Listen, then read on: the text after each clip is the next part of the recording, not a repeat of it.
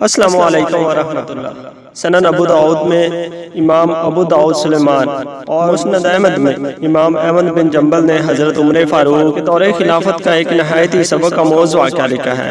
ایک دفعہ داماد مصطفیٰ حضرت علی شیر خدا مسجد نبوی کے قریب سے گزر رہے تھے۔ آپ نے دیکھا کہ کچھ لوگ ایک خوبصورت جوان لڑکی کو گھسیٹ کر لے جا رہے ہیں، جبکہ وہ شور مچا رہی ہے کہ میں بے قصور ہوں، اللہ کا واسطہ ہے مجھے چھوڑ دو۔ حضرت علی شیر خدا نے ان لڑکوں کو روکا جو کہ اس لڑکی کو گھسیٹتے ہوئے لے جا رہے تھے، اور پوچھا اس لڑکی کو ایسے کیوں لے جا رہے ہو؟ وہ کہنے لگے کہ اس لڑکی نے زنا کیا ہے۔ حضرت عمر فاروق نے عدالت لگا کر اس لڑکی کو سنسار کرنے کا حکم صادر کیا ہے، ہم لوگ اسے رجم کرنے کے لیے لے جا رہے ہیں۔ حضرت علی نے پوچھا اس مرد کا کیا بنا جس نے اس لڑکی سے زنا کیا ہے؟ وہ لڑکے عرض کرنے لگے کہ وہ ابھی قید میں ہے، اس کو اس لڑکی کے بعد سنسار کیا جائے گا۔ شیر خدا جلال میں آ گئے اور ان لڑکوں سے اس لڑکی کو رہا کروایا اور فرمایا کہ اس کے ہاتھ کھول دو اور اسے جانے دو۔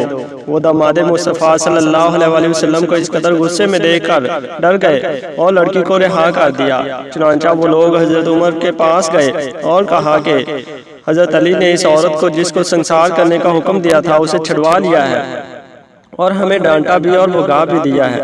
حضرت عمر فرمانے لگے اگر یہ کام علی نے کیا ہے تو ضرور اس میں کوئی نہ کوئی حکمت ہوگی۔ چنانچہ ساری عدالت حضرت علی کے آنے کا انتظار کرنے لگی۔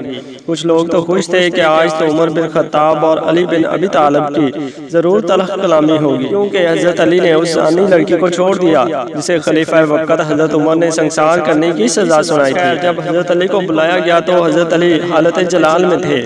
حضرت عمر نے پوچھا علی کیا بات ہے، تم نے ان لوگوں کو واپس بھیج دیا اور ان کو اور اس بدکردار عورت پر حد قائم کرنے سے منع کر دیا؟ حضرت علی شیر خدا نے فرمایا کیا آپ نے رسول اللہ صلی اللہ علیہ وسلم کا یہ ارشاد نہیں سنا؟ آپ نے فرمایا تھا کہ 3 لوگوں کے اوپر سے قلم اٹھا لیا جاتا ہے، یعنی ان کے اعمال لکھے نہیں جاتے، یعنی وہ بے قصور ہوتے ہیں، اور ان کے گناہ لکھے نہیں جاتے۔ ایک وہ کہ آدمی سو رہا ہو یہاں تک کہ وہ بیدار ہو جائے، دوسرا وہ جو ابھی نہ بالغ ہو یہاں تک کہ بالغ ہو جائے، اور تیسرا وہ شخص جو ہوش میں نہ ہو یعنی کہ دیوانہ ہو، پاگل ہو۔ حضرت عمر فاروق نے فرمایا کہ ہاں میں نے یہ ارشاد سنا ہے۔ تو حضرت علی نے مسکراتے ہوئے کہا اس عورت کو کبھی دیوانے پن کے دورے پڑتے ہیں اور یہ اپنا ہوش کھو بیٹھتی ہے، مجھے یقین ہے کہ وہ آدمی جس نے اس کے ساتھ زنا کیا ہے اس نے اس لڑکی کے دیوانے پن کا فائدہ اٹھایا ہوگا۔ یہ سنتے ہی حضرت عمر فاروق نے اس لڑکے کو جو ابھی قید خانے میں قید تھا اسے لڑکی کو سنسار کرنے کے بعد سنسار کیا جانا تھا فوراً طلب کیا اور سختی سے اس سے پوچھا، تو وہ لڑکا کہنے لگا کہ ہاں یہ لڑکی اس وقت دورہ کی حالت میں تھی جب میں نے اس سے زنا کیا، اور میں یہ بات اچھی طرح جانتا تھا کہ اس لڑکی کو پاگل پن کے دورے پڑتے ہیں۔ حضرت عمر فاروق کے حکم کے مطابق اس لڑکے کو جلد ہی سنسار کر دیا گیا۔